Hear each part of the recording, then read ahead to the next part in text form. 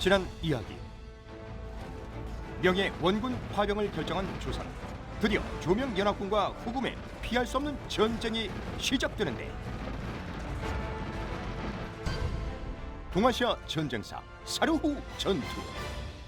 명청 교체기 동아시아 전쟁사를 알아보고 있는데요. 조선의 파병이 결정이 됐습니다. 네. 이제 전투만 하면 되는 거 아닙니까? 파병을 좋아서 결정한 게 아니잖아요. 네. 일단 광해는 중국이 요청하면 우리가 거절할 수가 없다. 두 가지 이유가 다 있죠. 사실 강대국이니까 압력을 거절할 수도 없고, 그리고 이게 조선 사람들이 우리가 또 이게 의리의 민족이라 네. 중국의 파병 요청을 거절하면 과거에 얼마 안 됐잖아요. 이민회는 끝난 지. 네. 과거의 은혜를 배신하는 거는 이건 인간의 도리다 아니다 해서 이게 광해 정권에 아주 치명적인 반발이 납니다. 그러니까 국민이 분노해 버리는 거예요. 이럴 수가 있느냐? 왜요? 아니 옛날에 우리를 도와줬는데 이걸 배신하고 안 도와준다는 게 말이 우리 되느냐? 국민이 가서 죽는 거잖아요. 아니 근데 왜 이랬잖아요. 아버지가 힘든데 지금. 거기 아버지 사세요? 그러니까 군신의 나라고 하면 네. 예전에 뭐 군사부 일체라고 해서 아버지의 나라가 힘든데 그렇죠. 네. 아들이 가만히 있으면 되겠냐. 아니 그러니까 그 전쟁 안 나가시는 양반 나리들은 뭐 네. 그런 얘기를 할 수 있는데 네. 국민들은 만약에 파병이 되면 직접 나가서 싸우고 목숨을 걸어야 되는 입장인데도 그렇게 해요? 그러니까 아직 내가 안 나갈 거니까. 안 나가는 사람들이. 당시 사대부들 여론이 진짜 안 좋았어요. 네. 어떻게 과거에 우리를 도와줬는데 그렇게 배신을 때릴 수가 있느냐. 어쨌든 늘 도덕과 정의를 부르짖고 사는 네. 나라냐고. 네. 우리나라 조선시 지금도 그렇지만 한국 사람들이 정의를 정말 좋아합니다. 나쁘다도 얘기하는 거 아니에요. 사람은 정의로워야 된다. 의리. 그럼 어떻게 이런 배신을 때릴 수가 있어? 나가는 건 싫지만 논리는 맞잖아. 그렇죠. 나는 나갈지 안 나갈지 잘 모르겠지만 그래도 어떻게 사람이 그러나. 그럼요. 그럼 의리. 안 되지. 우리. 근데 저야 워낙 이제 학문이 미천하다 보니 네. 이 영화를 많이 이제 보고 이제 배우고 책을 그쵸, 보고 그쵸. 이제 네. 배우지 않습니까? 네. 그 이병헌 씨가 예, 얘기하지 않습니까? 네, 네. 내 국민이 이러면서 예? 광해가 실제로는 어떻게? 실제 광해가 한 말을 한번 보면 좀 네. 깁니다. 어. 광해 이병헌 씨가 되는 거예요? 빙의 가능합니까? 제가 좀 왕입니다. 예, 노력을 좀 해보겠습니다. 네, 네, 네. 노력을. 아까 연습 굉장히 많이 하시던데 왕까지는 안 되더라고요. 이제 대관들을 불렀겠죠. 네. 당연히 불러서 얘기를 합니다.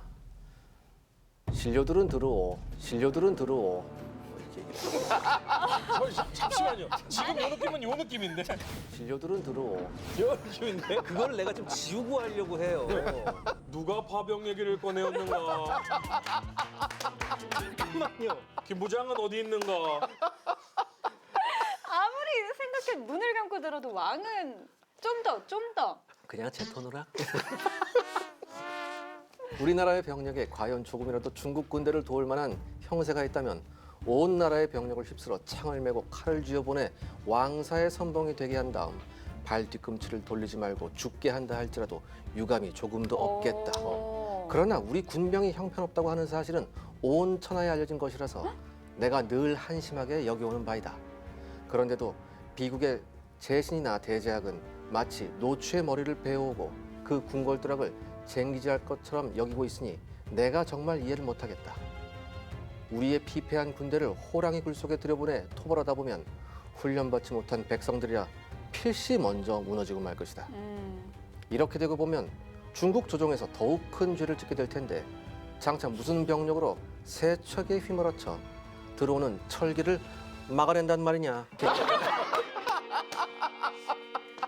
근데 이게 지금 이 얘기가 어찌 보면 한탄스럽다, 개탄스럽다라는 말로 들릴 수도 있지만 네. 반대로 생각하면 우리 형편없어. 그래서 못 도와준 거야. 마음은 너무너무 도와주고 싶어. 라고 하면서 우리의 군과 백성을 보호하려는 목적이냐가 조금 그거죠. 저는 약간 이 포인트를 좀 잡았는데. 저는 요거 제가 읽었지 않습니까? 네. 저는 무슨 느낌을 받았냐면은 주제를 알자 이런 것 같아요.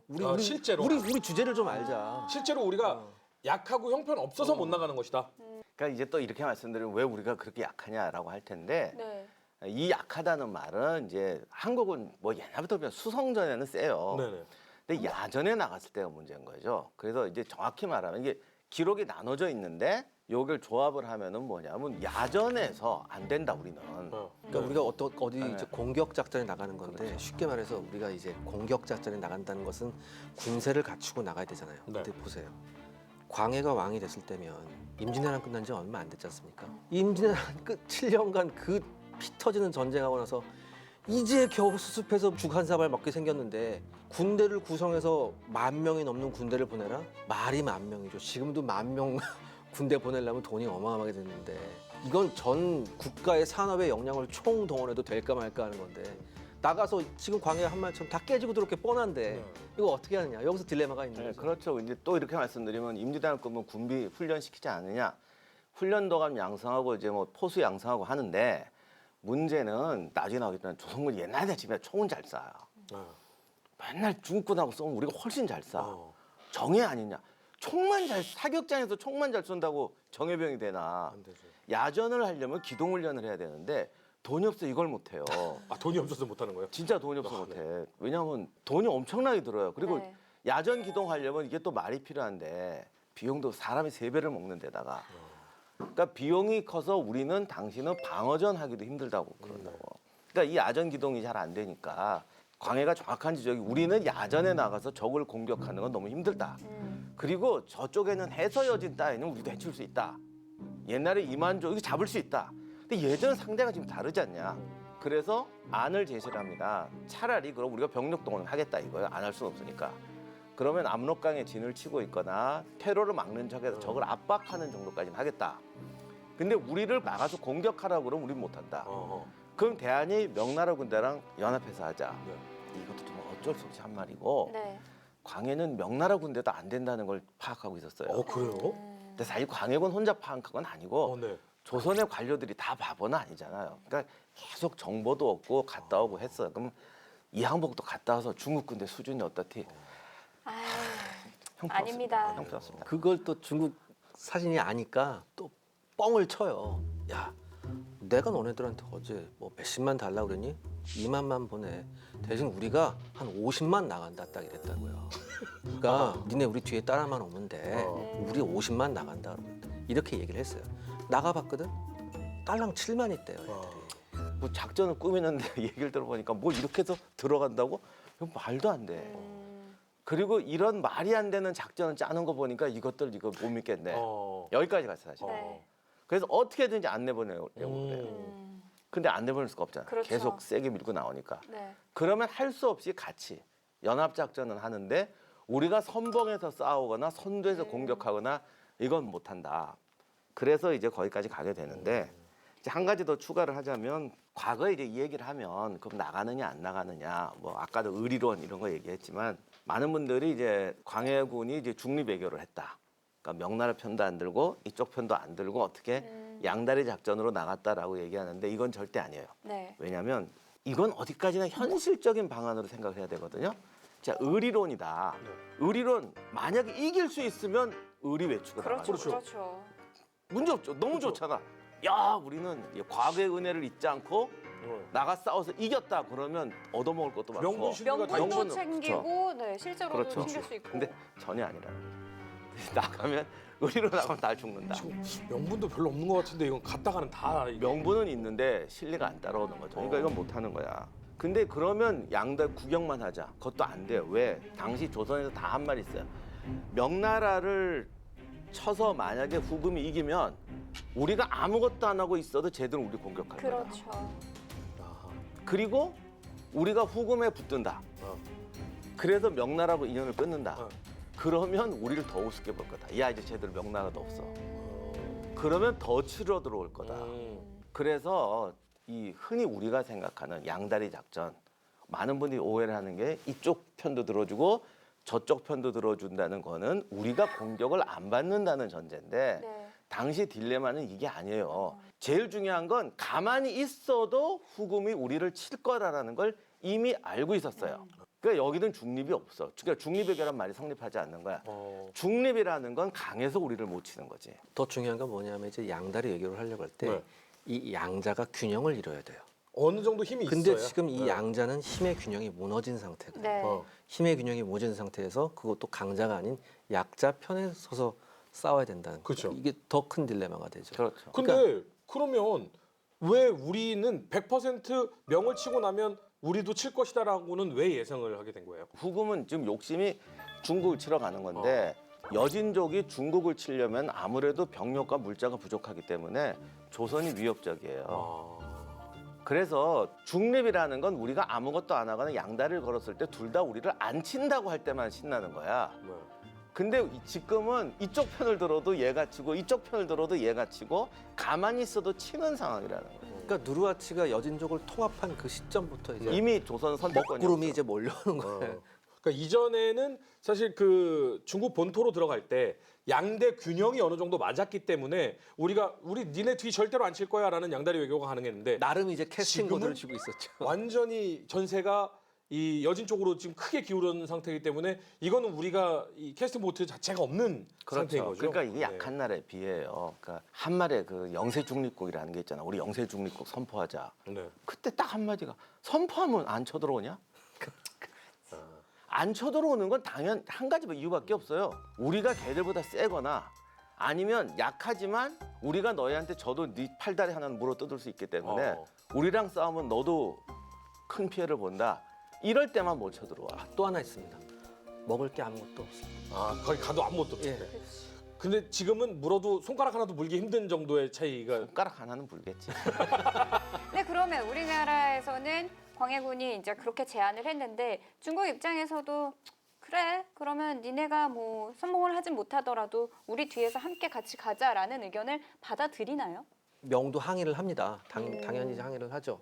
양호가 조선 정부에 보낸 항의문입니다. 이건 이제 관료니까 네. 네. 관료 톤으로 하겠습니다. 네.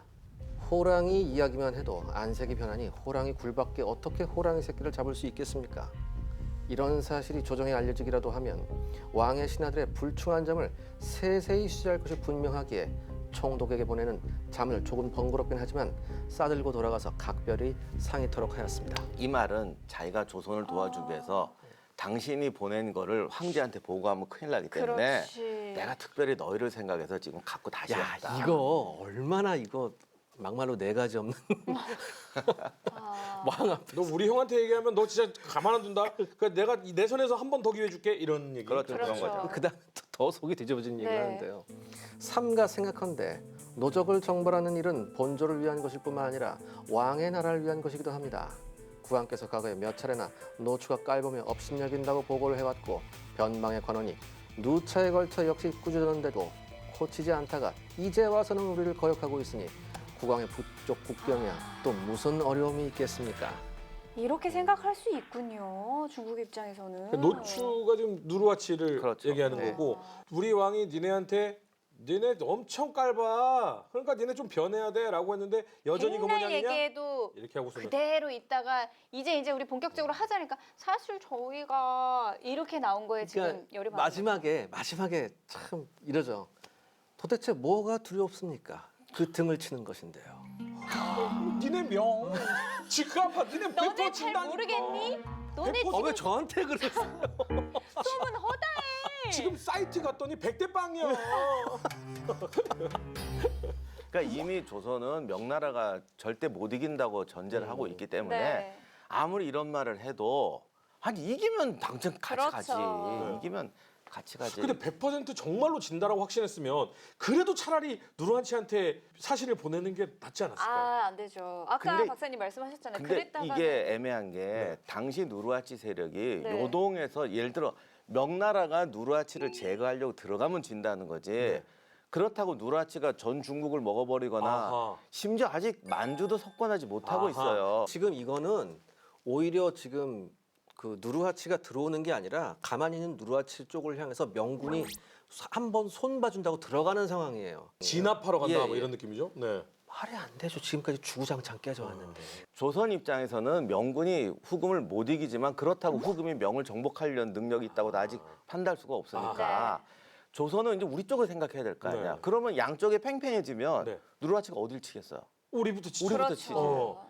그러니까 이게 좀 애매한 거. 이쪽 편을 들을 수도 없고 아하. 저쪽 편을 들었어. 아까도 말씀드렸지만 우리가 누르하치 편을 들어도 더 칠 수 있다는 그렇죠. 거예요. 그러면 제가 요거를 딱 일단은 정리만 좀 하겠습니다. 왜냐면 저하고 비슷한 분들도 많이 계시니까 누르와치가 이제 명에 대한 야욕을 딱 가지고 세력을 팽창하니까 이것들 한번 손봐야겠는데 하고 요충지로 명이 대군 본군을 보냅니다. 근데 대책이 깨져버렸죠. 그러면서 조선 니네 우리 좀 도와. 안 되겠어. 쟤네 손봐야겠어. 라고 수성전을 하는 게 아니라 공성을 하러 진압작전을 하러 명이 원군을 요청한 거죠. 네. 근데 조선이 봤을 때는 저건 나가면 100%죠. 수성을 하면 어떻게 될지 모르는데 나가면 100%죠. 근데 안 나가자니 이것도 우리 조선 관료들도 그렇고 의리. 명분도 그렇고 중국에 혹시라도 명이 수성전을 해서 버텨가지고 이겨버리면 우린 나중에 가서 큰일 나. 이런 상태라서 안 보낼 수도 없고 그렇다고 보내자고 하니 이거 금이 훨씬 더 강한데 이거 만약에 밀었다가 우리 쳐들어오면 어쩌지? 라고 하니까 이쪽 편을 들 수도 없어. 아무 편을 들 수도 없지만 명분은 저쪽에 있어. 라는 상황에서 결정을 내려야 되는 거죠. 그렇죠. 그래서 이제 조선 입장에서는 그래 함께 하겠다. 허나 뒤에서 같이 가는 정도까지만 하겠다. 뒷줄이요. 네, 여기까지 얘기했는데 또 명이 허허 내가 너 그 얘기 이제 왕한테 전달되면 너네 끝이야. 그래서 내가 내 장난 없다. 선에서 내가 지금 한 번 오케이. 더 1.5선? 오케이? 오케이? 네, 그렇죠. 정확한 표현인데 당시 명나라군 총사령관 양호인데 양호가 임진왜란 때 이효성 대신에 조선에 왔던 장군이잖아요. 그래서 신하들하고도 잘 알아요. 네. 그래서 이제 또 사신이 가서 양호한테 그런다고 당신이 제일 잘 알지 않냐 우리나라 군대 수준은. 근데 우리 보고 공격하라면 어떡하라는 거냐. 그랬더니 양호가 내가 니네 편이지 않냐. 다 니네랑 친하지 않냐. 그냥 저기 와서 그냥 하는 척만 해. 우리가 다 해결할게. 이렇게 말을 해요. 나 이런 말을 제일 못 믿겠어요. 맞아요. 우리가 제일 친하지 않냐? 사실 진짜 친한 사람들끼리는 그런 얘기 안 하거든요. 이게 실전에 가서는 이 말을 뒤집어요 다. 그렇죠. 그러니까 조선은 조선대로 황제한테 그럼 직접 해서 이걸 문서로 하자. 허허 문서하면 니네가 더 다쳐. 나는 네 편이니까 내 말 믿어. 이러면서 자꾸 미는 거야. 서면이 얼마나 중요한데요. 지금 조선은 야 그러면 우리가 이 선에서 그래. 후방 지원만 하는 걸로 계약하자. 그렇죠. 황제하고 계약하자 그랬더니 에헤이 이런 너도 네. 너도. 심지어는 이런 말까지 하지. 우리 도저히 10,000명 보낼 수 없다. 네. 그랬더니 하하, 10,000명이라고 하면 되잖아. 세상에 다 자기네 같은 줄 알아. 아, 진짜 무슨 아유. 5만 보내놓고 50만이라고 얘기해놓고. 그래 조선군이 보낸 군대의 질을 보면 나름 그때는 상당히 그 조선군 내에서는 최정예 병영이었나 봐요. 그러니까 임진왜란 이후에 네. 조선군이 나름 일대 군사 혁신이 있었습니다. 그래서 조총병의 수가 엄청 늘어나요. 근데 그 당시의 기록 같은 걸 보면 조총병하고 궁수하고 같이 갔다라는 기록이 있더라고요. 그러니까 원거리 지원 예, 부대네요. 그러니까 이게 뭐냐면 조총수가 총을 쏘고 나서 네. 재장전을 해야 되잖아요. 네. 유럽 전쟁 같이 그렇다면 네. 뭐 이열 사격도 하고 뭐 이렇게 네. 로테이션도 하는데 그거까지는 안 되니까 거기까지는 안 되고. 한번 땅 쏘고 난 다음에 재장전 할 동안 궁수들이 아. 그 간격을 메꾼다 뭐 이런 거였나 봐요.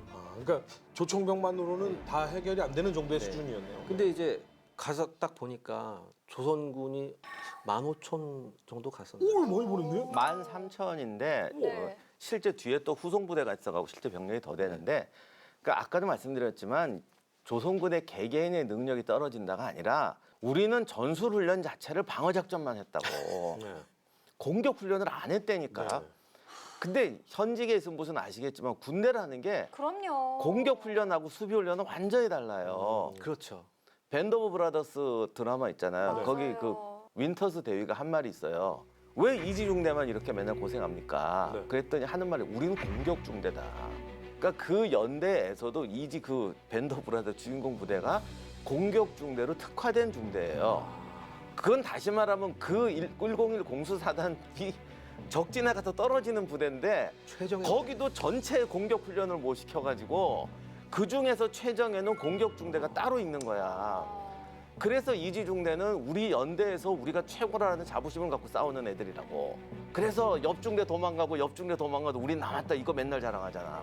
그게 전 미국에서 최고 부대라는 애 중에서도 그런데 일반 부대라는 게 공격 훈련이라는 거 방어 훈련은 완전히 다르기 때문에 광해가 걱정했던 광해뿐만 아니라 조선에 아는 사람은 걱정했던 건 특히 야전 평지에 나가면 이걸 어떻게 싸우라는 거냐 우리들은 전혀 훈련이 안 돼 있는데. 근데 사실 저희가 토크멘터리 전생사 쭉 해오면서도 알 수 있지만 이게 방어를 하냐 공격을 하냐 이 면에 있어서도 전략과 전술이 굉장히 완전히 중요한데 다르고 이 나갔다가는 아예 안 될 걸 아니까 제안을 한 건데. 그렇죠. 그리고 늘 하는 말이 우리는 병농일체라서 훈련이 부족하다 그러거든요. 그게 네. 공격이 안 된다는 얘기예요. 그럼 훈련도관 포수는 직업군인 아니냐 그러는데 걔들만 내보낸 게 아니잖아.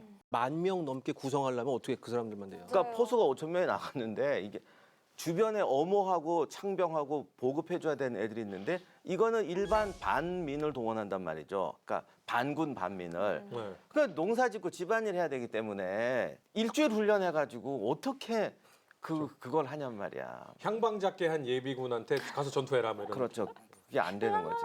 아니 근데 저 진짜 무슨 시골 내려갔을 때 옛날 이야기 듣는데 그런데 말이야 막 이러면서 계속해서 시간을 끌고 있는 선생님의 느낌이 많이 들고 있는데 어떻게 됐어요? 그래서 어떻게 진행돼요? 1619년에 조선군 합해서 네. 조선군 합해서 10만입니다. 뭐야? 아니 조선군이 1만 3천인가 잠시만요. 같다면 네. 조선군 합해서 10만이에요. 솔직히 이것도 명군에 있는 모든 군대를 탈탈 털은 겁니다.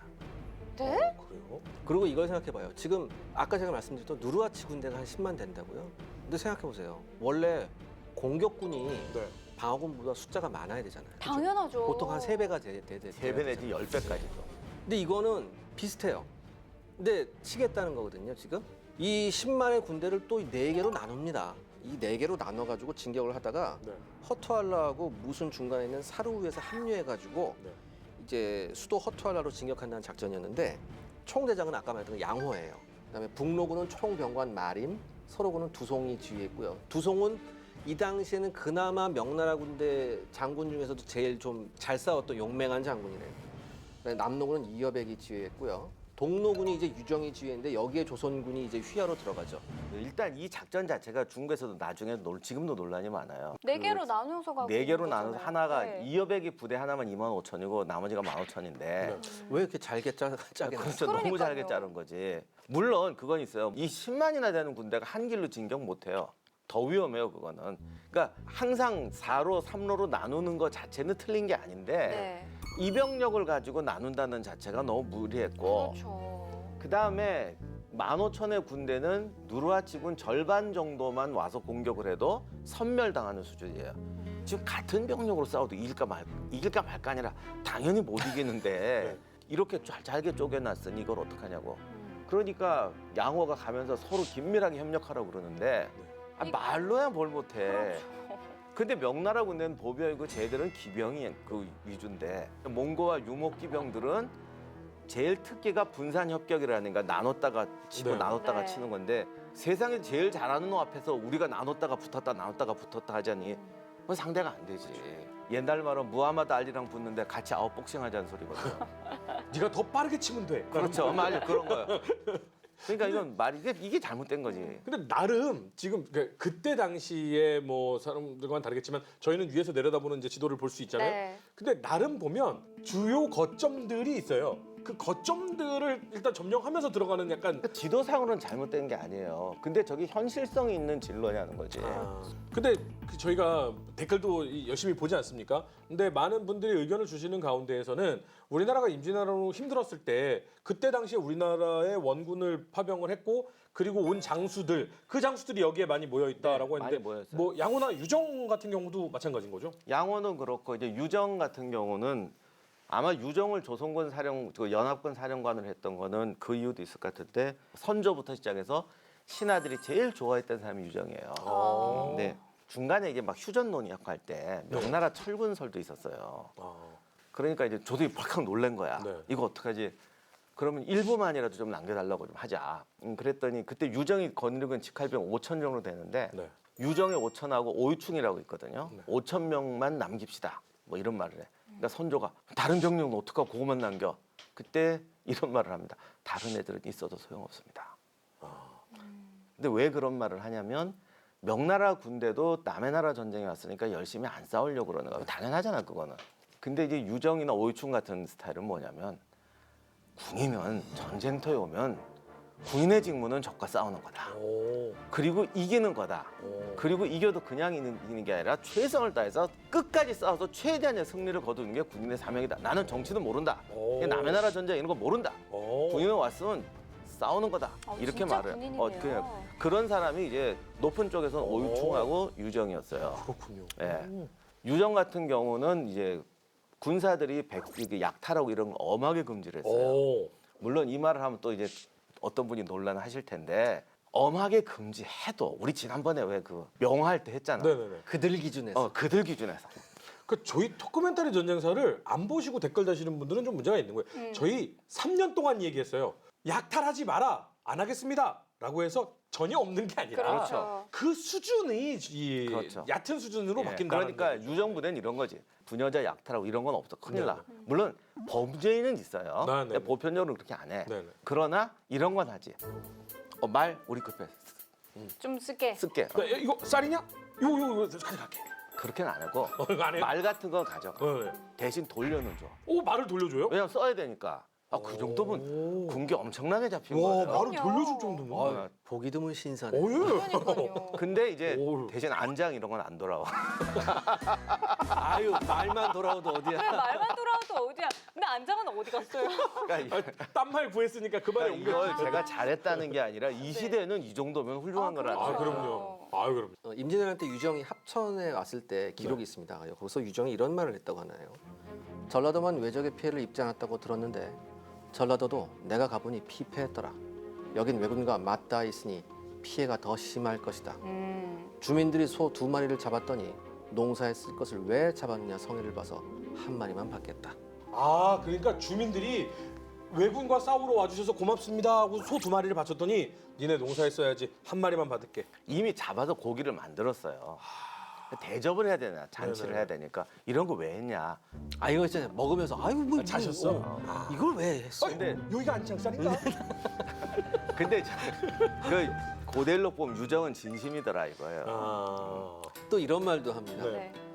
내가 대장이 되어 번방을 구하기 위해 왔지만 저걸 모조리 소탕하여 구역 안을 깨끗하게 하지 못했는데도 이렇게 너희들이 주는 음식을 받는 일은 차마 하지 못하겠다. 오. 내가 통쾌하게 저걸 소탕하고 군사를 이끌고 계산하는 날을 기다렸다가 너희들이 나에게 거창한 향연을 베풀어 준다면 비록 2, 3일간의 향연을 할지라도 역시 사양하지 않겠노라. 오, 안창살 안 먹었네요. 드셨어. 이미 아이. 드시고 그날 드시고 나서 쓴 말이야. 좀 그런데. 아 드셔놓고 저렇게 근데 쓰는 게 조금 어딨어. 솔직히 얘기해서 그냥 뭐 주관적인 해석 아니고 그냥 객관적으로만 딱 보면 굉장히 멋있네요. 예, 멋있는 맞아요. 분위기네요, 진짜로. 그래서 어쨌든 이런 말도 했어요. 내가 명군이 피해를 끼치면 백성들 보고 고발하라고 그랬다. 오. 그랬더니 또 선조가 이제 야, 그 거기다 대고 고발하면 어떡하냐고 그렇지. 하지 말라고 명령을 내려요. 어. 네. 그 소문도 내가 들었다. 어. 근데 니들이 고발 안 하면 군대라는 게 풀어놓으면 멀리서 무슨 짓 할지 와. 내가 어떻게 하냐. 어. 그러니 너의 왕이 그랬어도 나한테 고발해라라고 말까지. 유정이라는 이름 오늘 처음 죄송합니다. 처음 들었는데 새겨둬야겠다. 멋있다. 이 사람 별명이 칼이 120근 관훈장처럼 120근짜리 칼을 들고 다닌다고 해서 별명이 유대도였는데 네. 진짜 칼을 봤더니 사병 평소에 그걸 어떻게 차고 다녀? 그렇죠. 사병 둘이 들고 다니더래요. 아, 와. 한 근이 이제 뭐 고기로 따지면 600g이니까 100근이면 60kg짜리 칼을 들고 다니는 거예요. 그때 그거 한 근이 휘두를 수는 500g일 있어요? 거예요. 아, 그러니까 그 뭐가 어떻게 됐던 말도 안 되는 무게는 맞죠. 아, 그 짓이에요? 그때하고 지금하고 뭐 근수 다는 게 달랐다고 하는데 우리 삼국지 할 때 기억 안 나요? 아, 한 6kg 되겠다. 한 6kg 되겠다. 곱하기 3. 아무튼 엄청난 이 그렇죠. 힘이 있었던 분이시고 멋진 분이셨다. 그러면 이분과 함께 조선 아, 저 아, 그나저나 우리 결과를 아는데도 왜 그러니까. 희망이 자꾸 생기지? 궁금해요, 지금. 아니 이런 분, 네. 이런 분과 우리나라 조선 조선- 그래도 조총부대와 그렇죠. 군부대까지. 아무튼 그래서 이제 진격을 하는데 네. 아까 지도 보시면 3군이 이쪽에 있고 네. 조명연합군 좀 떨어져 있잖아요. 네. 그러니까 양호가 조선군을 어떻게든 끌어들이려고 한 게 자기가 봐도 지금 불안한 거야 이게. 그러니까 어떻게든지 후금군이 분산이 돼줘야 돼요. 네네. 그래서 그 세 개가 포크가 들어가고 한쪽을 이쪽에 둬서 네. 어떻게든지 후금군이 분산되길 바란 거죠. 네. 조선군 아래쪽으로 후금군이 분산이 되면 멀어서 다시 돌아오기는 그렇죠. 힘드니까. 그런데 전쟁터의 철칙이 뭐냐면 적이 이렇게 해주기를 기대해서는 바라면 절대 안 안 돼. 되죠. 절대 안 항상 되죠. 항상 교수님이 하신 말씀 있지 않습니까? 내 수준에서 판단하지 마. 그렇죠. 근데 양호 정도면 그래도 전쟁도 많이 하고 했는데. 오히려 최악의 상황까지 예견을 해보고 그렇죠. 여러 가지 경우의 수를 따져봐야지 이거는 뭐 가장 좋을 상황을 기대하고 자 출발해볼까 이렇게 하는 거는 내가 짜놓은 작전에 그대로 저기 들어와 들어오겠지. 주기만큼은. 이거는 좀 금물이었어. 그건 프리드리히도 안 되더라고. 그잖아요. 전쟁에 막 신다 막 이랬던. 그 우리가 이렇게 작전도만 놓고 보면 뭐 저게 뭐야 이렇게 잘못했잖아 막 이렇게 하잖아. 근데 그분들도 다 사정이 있어요. 있으니까 그렇지. 그쵸. 걔들이 왜 못해? 근데 명장은 뭐냐면 사실은 이렇게 하면 좋은데 여건이 있어서 그걸 못해. 네. 그럴 때 최악의 상황까지도 해결할 수 있는 절묘한 해결책을 찾아내야 명장이에요. 맞아요. 그런데 그 밑에 수준은 어떻게 하냐면 안 싸울 수는 없고 그렇죠. 그러면 이제 경우의 수를 두는 거지. 얘가 여기 쏘가준다는 전제하에서 뭘 하거나 어. 얘가 이럴 것이라는 전제하에서 어떤 작전을 쓰는 거예요. 그러니까 그 작전과 전투, 전쟁은 절대 도박을 하면 안 되거든요. 아. 맞아요. 근데 가끔 우리가 이런 얘기 하잖아요. 이 장군은 승부사 기질이 있다. 그런 거하고는 좀 다른 절대 거예요. 잘못된 거야. 다만 그 사람이 멍청해서 그런 게 아니라 엄청난 압박을 받거든요. 그러니까 우리가 이 아마추어나 후대 사람들이 전쟁을 얘기할 때 자꾸 실수하는 게 현장에서 받는 압박이라는 걸 생각을 안 해요.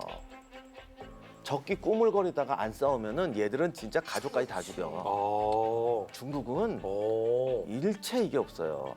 명령불복종이다 이렇게 해서. 이겨도 살아남기 힘든 게 전쟁터에 간 장관들이에요. 어. 근데 또 그럴 것이 어쨌든 싸우려고 다 같이 모여야 텐데 다시 한번 계산을 해보니까 잠깐 여기 좀 있어봐야겠다 이렇게 하는 것도 사실 말도 안 되는 그때 상황이잖아요. 그렇죠. 그러면 이제 본부에서 확 오지. 너 하루에 돈이 얼마인지 알아? 아하. 너 이겨도 징수한다. 거의 이 정도 수준이라고. 그런 압박이 심하다 보니까 작전을 짤 때 할 수 없이 경우의 수를 두는 거예요. 그 영화에서 가끔 보면 그런 경우가 있더라고요. 그게 압박 때문에 어쩔 수 없는 거구나. 그러니까 막, 자 여기서 이렇게 하면 후금군이 뭐 3만이 이쪽으로 올 것이야. 그리고 왼쪽으로는 뭐 어떻게 될 것이고 지형이 이럴 것이야. 근데 부하장수가 안 오면요? 쓸데없는 소리 하지 마.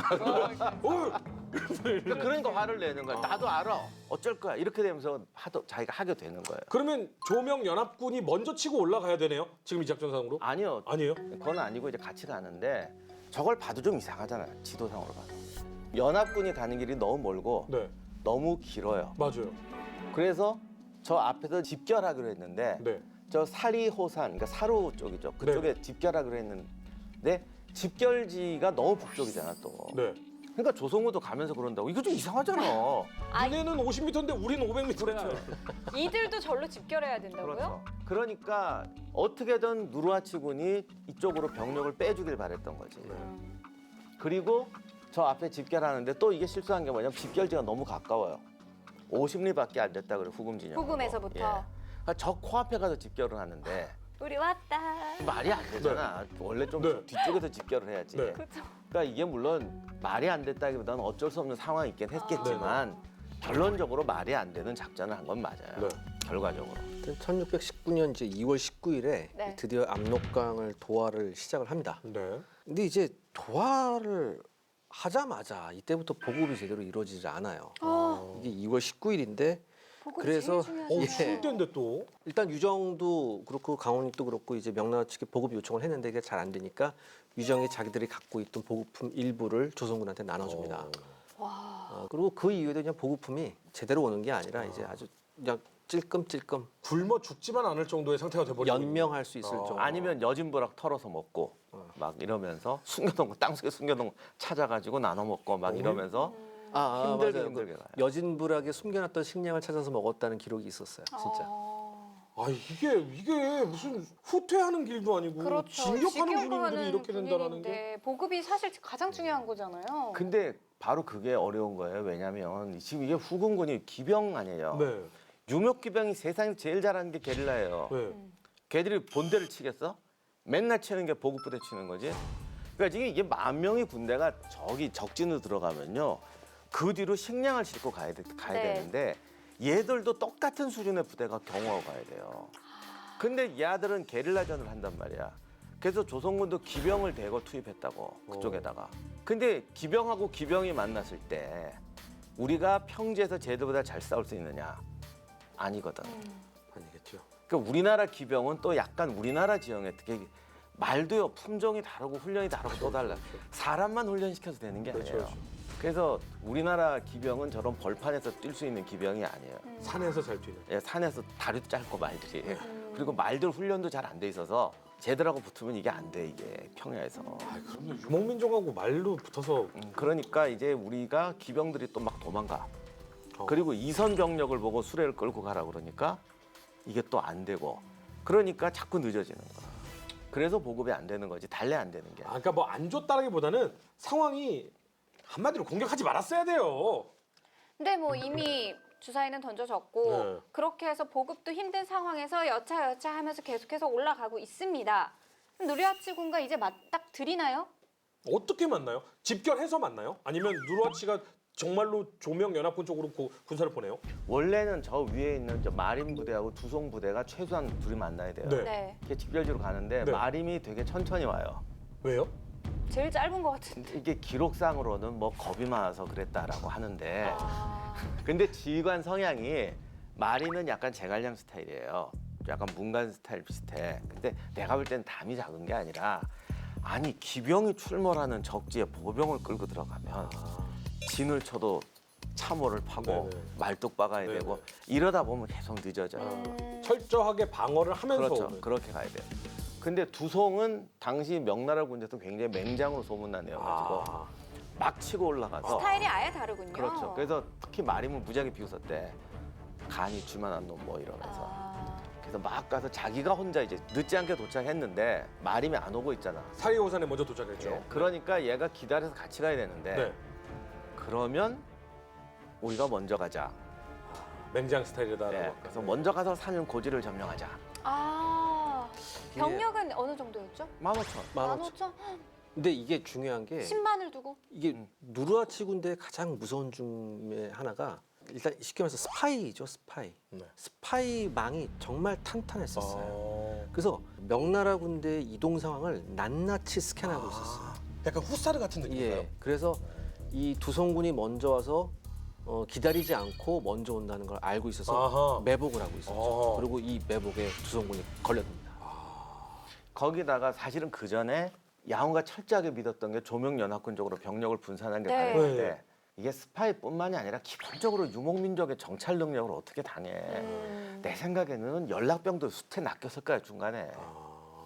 그래서 이미 저쪽에다가 진지도 보강하고 고지도 점령하고 그리고 두성군도 일종의 유인 작전도 썼다는 말도 있어요. 소수 기병 같은 거 보내서.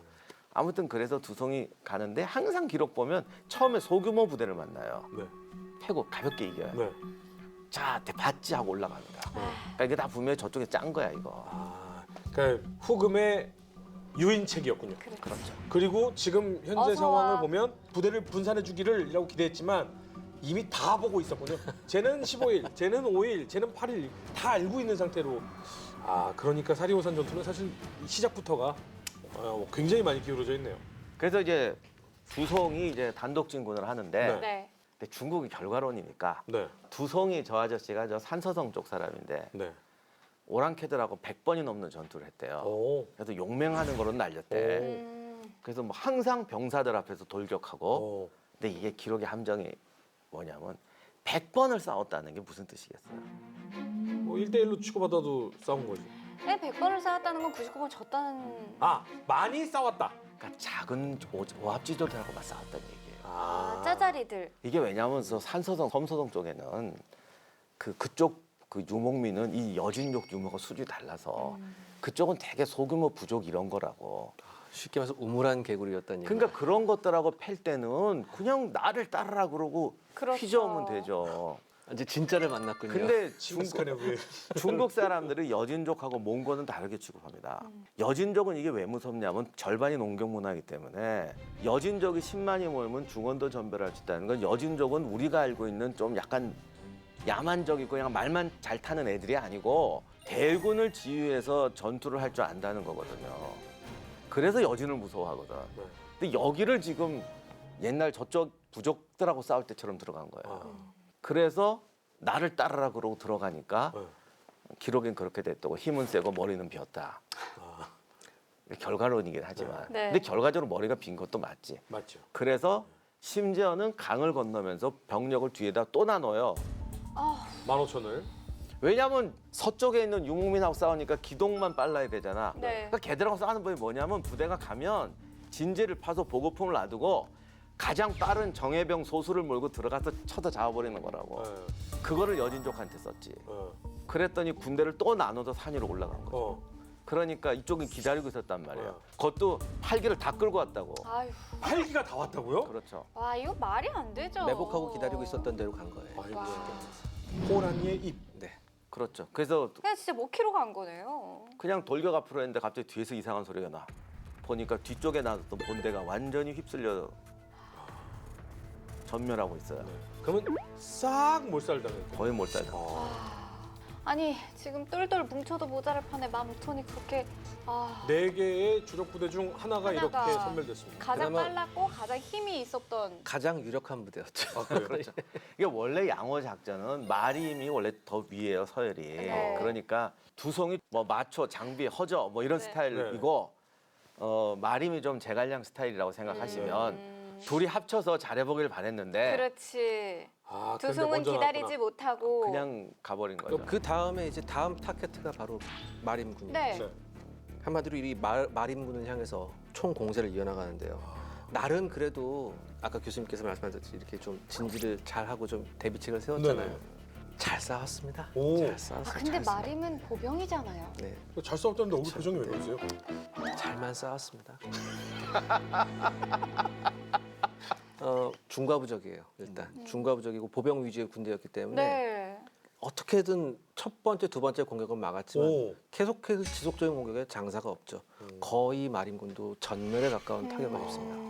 근데 이거는 정확한 걸 잘 모르겠어요. 기록이 좀 이렇게 확 단조로워가지고 네. 오니까 마림은 이제 그것도 평야에서 만나거든요. 그러니까 이게 우연히 그런 게 아니라 다 얘들이 계산하고 덮친 거죠. 근데 이제 마림은 이게 위험하다 싶어서 군대를 세 개로 원래 싸울 땐 좌중자 우자 네. 네. 그렇게 싸웠는데 이게 또 잘못했다는 설도 있어요. 세 개를 너무 떼어놨다는 거야. 그러니까 후금군이 하나씩 먹어버리는 거지. 좌익 먹고 중익 먹고 우익 먹고. 그러니까 이게 네 개 부대로 나눠서 갔다면 처음에 말을 한 대로 상호 지원거리 가능하거나 뭐 이게 뭔가 좀 있어야 되는데 전혀 안 되는 상황에서 가장 유력한 부대가 먼저 들어가는데 걔가 와자자작 하고 나니까 나머지는 손쉽죠. 하나씩 쥐어박으면 되는 그렇죠. 거죠. 그래서 뭐 이것도 설이 여러 가지가 있어요. 뭐 마림이 잘 버티니까 우익에 있던 애 보고 도와줬으면 되는데 걔는 안 도와줬다는 설도 있고 걔가 안 도와주고 싶어 안 도와줬냐. 그렇게 되니까 서로 고립돼서 각해격파됐다 설도 있는데 봤어요 말이지. 근데 어찌됐든 지금 얘기를 들어보면 두성군이 좀 급하게 들어갔다가 깨지고 나서 마림군한테 갔는데 이게 마림군이 아무리 많고 아무리 준비를 많이 했어도 8기가 10만 가까운 군대가 와서 회전을 했다라고 한다면 사실은 쉽지 않죠. 어떤 작전을 써도 네. 쉽지는 않은 상황이었네요. 여기서 누르하치의 군대는 10만이 다 갈 필요도 없죠. 병력을 반으로만 나눠도 붙어보면 2대 1로 병력이 압도적인데요. 압도적이에요. 근데 누르하치가 무서운 게 일부러 그게 무서운 게 단판 승부를 내. 이게 지금 하루 간격으로 격파를 하거든요. 하루 만에요. 하루 만에 두송 전멸시키고 하루 만에 마림 전멸시키고 바로 휘어서 이제 조명연합군 쪽으로 가요. 하루도 안 쉬고. 그 총군을 가서 치고 그렇죠. 그러니까 중간에 이어백 군도 있잖아요. 이어백이는 눈치가 빨랐는지 아예 제일 오지도 않고 있었어요. 이런. 병력이 제일 많았는데 네. 아 현명합니다.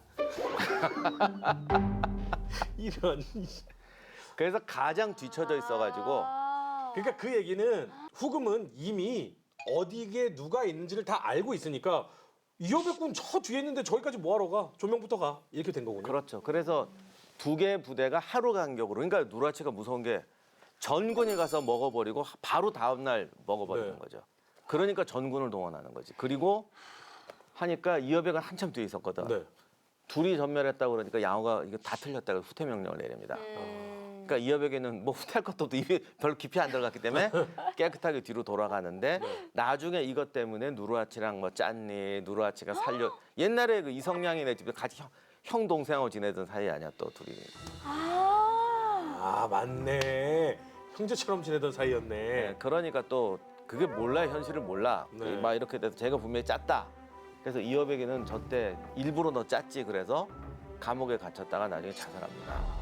감옥에서. 근데 아무튼 그것도 모르는 일이에요. 그 일부러 늦게 갔는지 눈치가 빨라 늦게 갔는지 뭐 중간에 홍수가 나서 늦었는지 아무도 모르는 거지. 근데 뭐 다른 건 몰라도 조명연합군 쪽으로 갔다는데 조선군 빨리 후퇴했으면 좋겠는데 어떻게 돼요? 다음 이야기. 드디어 후금과 조명연합군과의 전투가 시작되고 절대적 우세 후금의 공세 앞에 조선은 맹렬하게 저항하는데 사루 전투 그 결말은 두성군 전멸시키고 그다음 바로 다음 날 다음. 마린군 전멸시키고 와. 그리고 지금 전속력으로 이쪽으로 오고 있는 거죠. 홍타이치의 우익 30명의 정예 기병이 먼저 산 위에서 아래로 명군을 공격했고요. 이게 30기밖에 안 되는데 참 못한 줄 알았어요. 그렇죠, 저도. 한참 봤어요. 30명이요? 그만큼 만주족 누르하치의 기병대가 당시 동북아에선 최강의 부대라는 얘기죠. 군대는 나폴레옹 되겠죠. 구멍 하나면 충분해요. 그래도 조선군은 만만치 않았습니다. 그래요? 사실 첫 번째 이 누르하치 기병대의 공격을 조총사격으로 막아냈다. 오, 이거 처음 여지껏 들은 것 중에 처음 막았네요. 예,